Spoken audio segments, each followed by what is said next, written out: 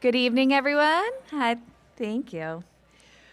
We're going to get trucking because we have folks joining us via live stream and because you all have a pretty packed schedule tonight. So we don't want to get in trouble with teachers and send you off too late. So welcome to the Pebble Beach campus to our back to school night. It's really lovely to see you all here in the amphitheater, and a big welcome to all who are joining us on the live stream. I know for our Carmel campus families, this is your second back to school night in a row, so extra props to you. You are all busy people. Thank you for choosing to be here with us.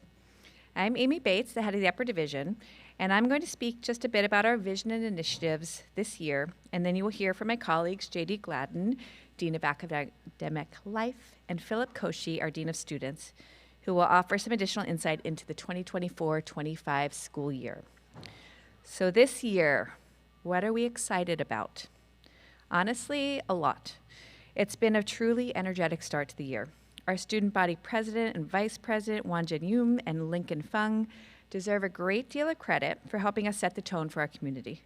They're helping us think about community building and school spirit, and from the newly acquired beanbag chairs, I know they don't look like much, but the kids love them, to 9 Square, that funky blue grid up there, a game they remember fondly from their earliest years on campus.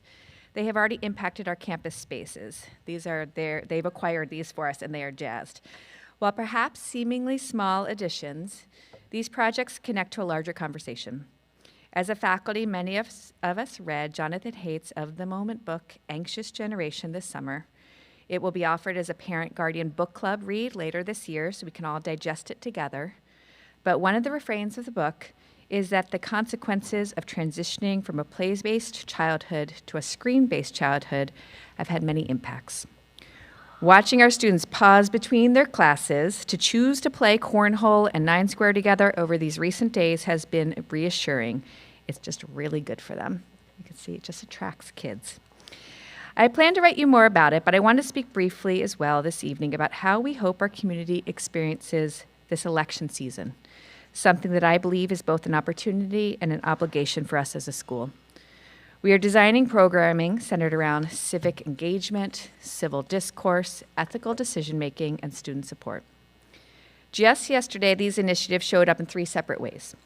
First, at Assembly, we welcome back Dr. Sarah Cabral, our former History Department chair and a pirate parent, who is now serving as the Dean's Executive Professor at Santa Clara's Levy School of Business, where she builds leadership and ethics curriculum and programming for all incoming students. Dr. Cabral gave our students a first introduction into how and why we will be using ethical and values-based lenses to help us navigate complex issues, and in doing so, develop the notion of cognitive empathy for differing viewpoints. Dr. Cabral has helped us develop an ethical decision-making framework that we will use in scenario work with students in advisory and other community curriculum realms. This framework is a tool that students will be able to use when responding to personal issues or conflicts that may emerge within our school community or the larger world. It's a way for them to simply pause and think through decisions, ultimately helping them feel good about making decisions that match their values. At yesterday's assembly, we also heard from history teacher Justin Bates, who happens to be my husband and is one of the 2 teachers, along with Kelsey Bissett, of our new American Government Honors elective. He made the inaugural Civics for Stevenson announcement, which will be an ongoing assembly series led by the students of the course to help us all better understand our political system. Just ask your kids how many governments we have in the U.S. or why he had an umbrella on stage. See if it's a conversation starter. And then finally last night, JD hosted a debate watching party in the treasure room back here in Rosen for students who were interested in collectively experiencing the debate in a nonpartisan environment. This is just a sampling of one day in the life of the work we are focused on this year. There's much more to come, from student-led voter registration drives to targeted lessons on active listening and civil discourse. As a faculty, we spent time during our opening meetings discussing institutional nonpartisanship and really leaning into questions about how to promote student curiosity and open-mindedness, and how to foster in our students a willingness to explore and express their own beliefs and ideas and stories, and then also how to listen with curiosity to the beliefs and stories and ideas of others. This is work and a commitment that will last long after the election, and it's very much tied to our understanding that joyful education occurs when you explore big ideas with expert teachers guiding you. So at Stevenson, we offer, I think quite remarkably, 141 different courses. Clearly, no path through Stevenson looks the same. And as hopeful as the start of the year feels to me, it's worth remembering that no path will be without obstacles. That's really as it should be. Students will experience and express frustration and disappointment, and we will then have the opportunity, as we should, to support them in learning how to navigate these moments. This is a gift. They will also experience success and joy, and I look forward to witnessing and celebrating the things that make them most proud, as I know you do as well. And for all of us to discover the very particular ways that we can't yet predict, that your kids will grow up this year right before our eyes. I now will hand things over to two superb, incredibly hardworking, thoughtful colleagues, JD Gladden and Philip Koshy. JD is going to start us off with some curricular highlights for the year.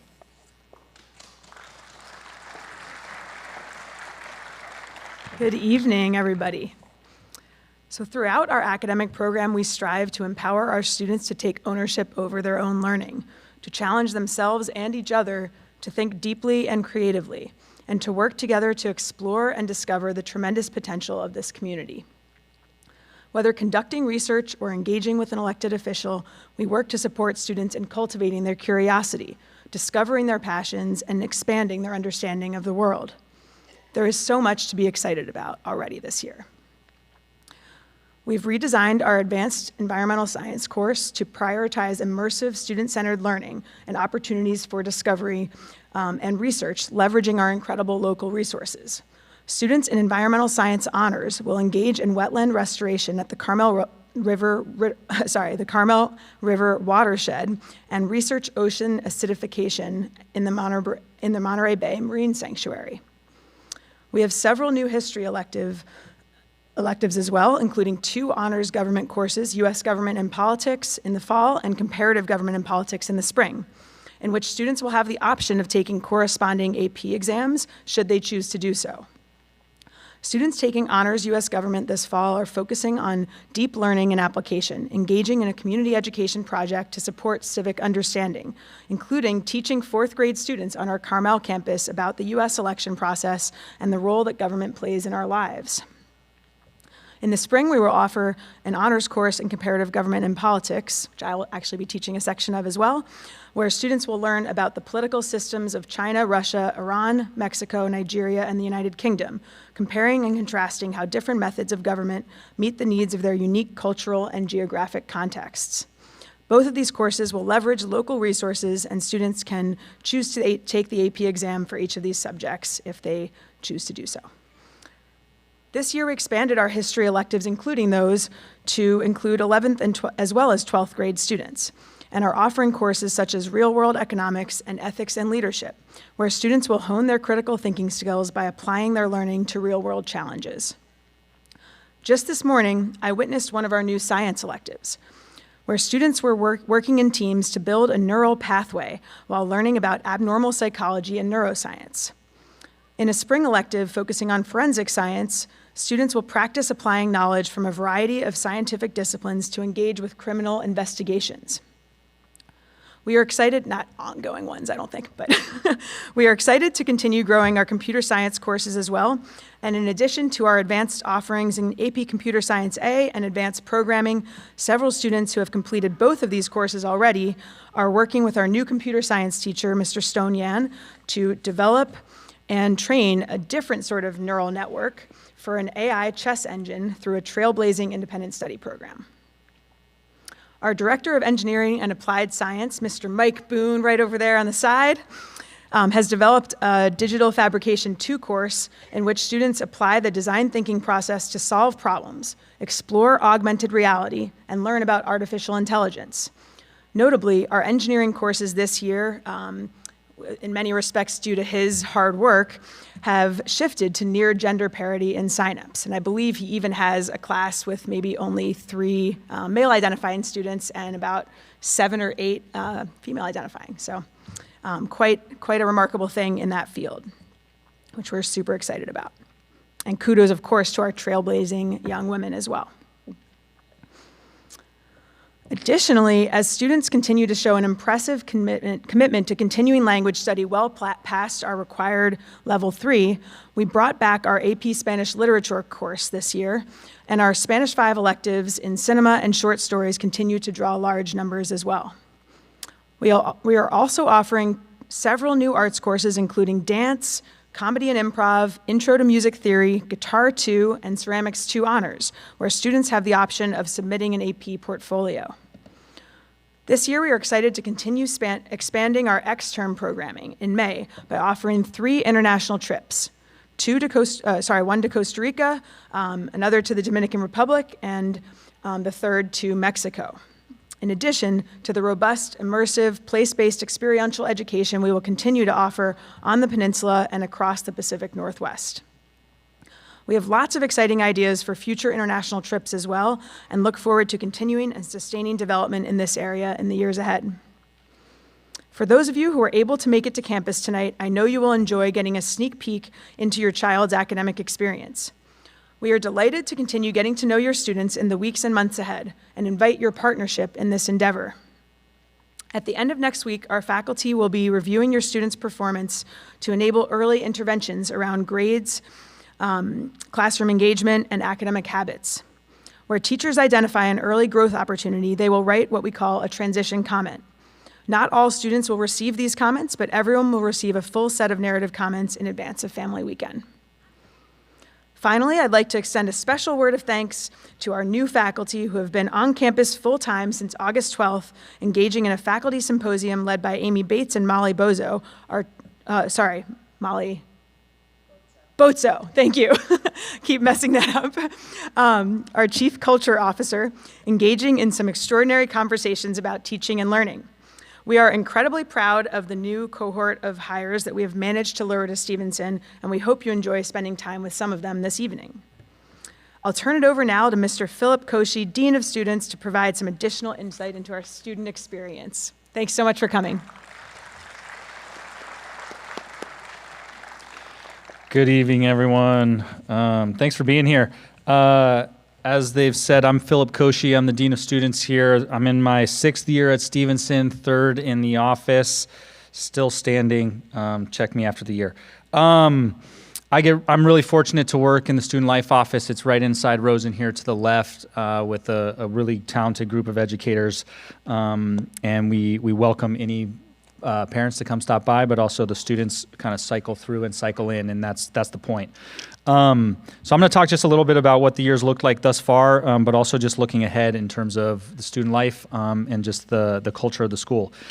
So far we've, although we just started and we just finished our first 8-day cycle, we have had students on campus since August 11th, right? Football players arrived on the 11th, and then we welcomed back student leaders and the second group of preseason athletes, which meant that we had 300 students on campus at that time, largely, or probably our biggest preseason ever. We then welcomed our 135 new students to campus and had a 2-day orientation full of fun activities and informational sessions that helped them understand the community that they've entered and the values that underscore all that we do here. So from the Student Life Office, we're wholly dedicated to supporting students throughout their time here to pursue their passions, expand their horizons, and feed their curiosities. While we've only just begun the year, we've begun this year with a renewed commitment to building an inclusive school culture, and with the help of our amazing student leaders, a newfound sense of school spirit. One of the ways in which we're working to this end is through our implementation of a new cell phone policy that prioritizes face-to-face communication and regular conversation, whether it's waiting in class before the teacher arrives, in the learning commons, or at the lunch table in Reed Hall. During the school day, the dining hall is a cell phone-free zone, a significant change to previous years. And in large part, our student bodies received these changes well, and it's great to walk into the dining hall and see groups of students all talking to each other and actually laughing instead of making these faces on their phones. It was not rare to previously see a group of 9 or 10 kids sitting around the table, every single one of them locked into their TikTok feed and not talking to each other. So it is very small, it is very early, but we are really encouraged by the shift and believe our students are enjoying these moments of off-screen moments. And we're gonna continue to push our students to see the value in taking breaks from their phones, and again, it fills my heart when I see, groups of 11th and 12th graders just playing games outside and laughing and not on their phones. So we're gonna keep working on that. Changes like this can be difficult, and there will inevitably be growing pains, but this is when we really want to lean on our returning students and be the models for what they want their school to look like. When I spoke to the student body on the first day of school, I put it on them to set the culture. Be the example of what it means to be a pirate, especially in the way that we treat each other, celebrate each other's wins, and support one another in moments of need. We as adults are here to help them, and we'll do everything within our reason and collective power to help them live out their hopes and dreams before heading off to their next adventure outside the forests of Pebble Beach. Living in community can be difficult, but if we all enter with good faith and a tendency towards empathy, we're going to have a great year.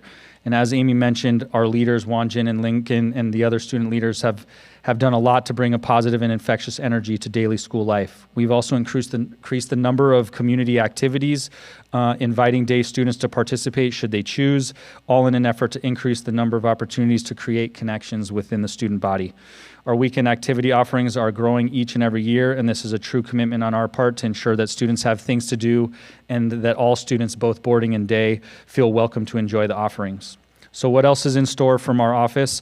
We'll be engaging students in important conversations around mental health, inclusive practices, ethical decision-making, substance use, social media, consent, and that's just to name a few.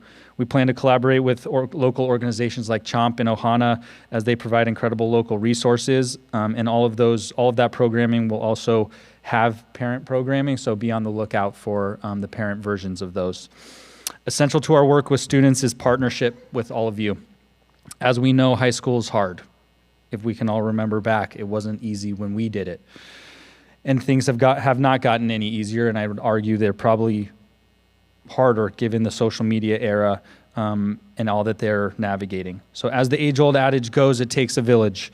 So our hope is to be proactive in our partnership with all of you and the parents that aren't able to be here, instead of merely being response-driven and reactive when things might not go as planned.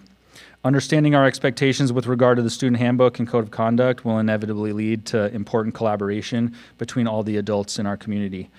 So we know that every student will live their Stevenson experience in a unique way, but the values and the mission of the school is what unites all of us in our pursuit of a joyful experience.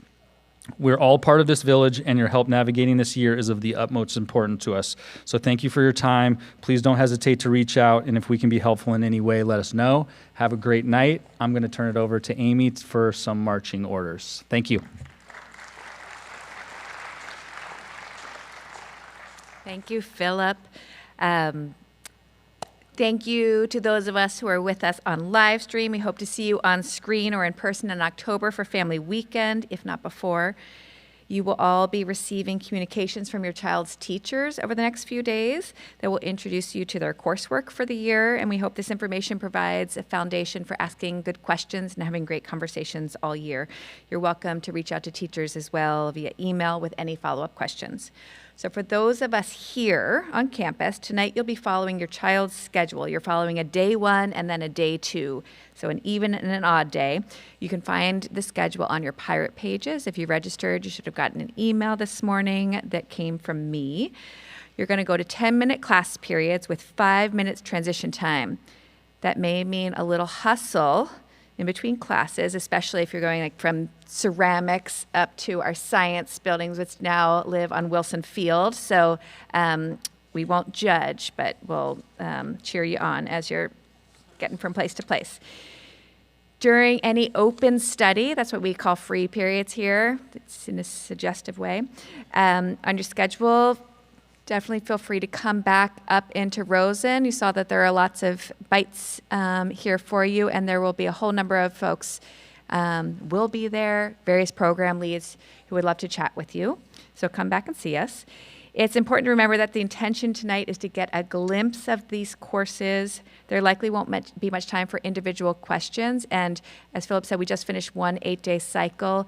The teachers just need more time to get to know your kids as learners. So we hope you'll come back family weekend when they'll really be ready to talk about your students' progress.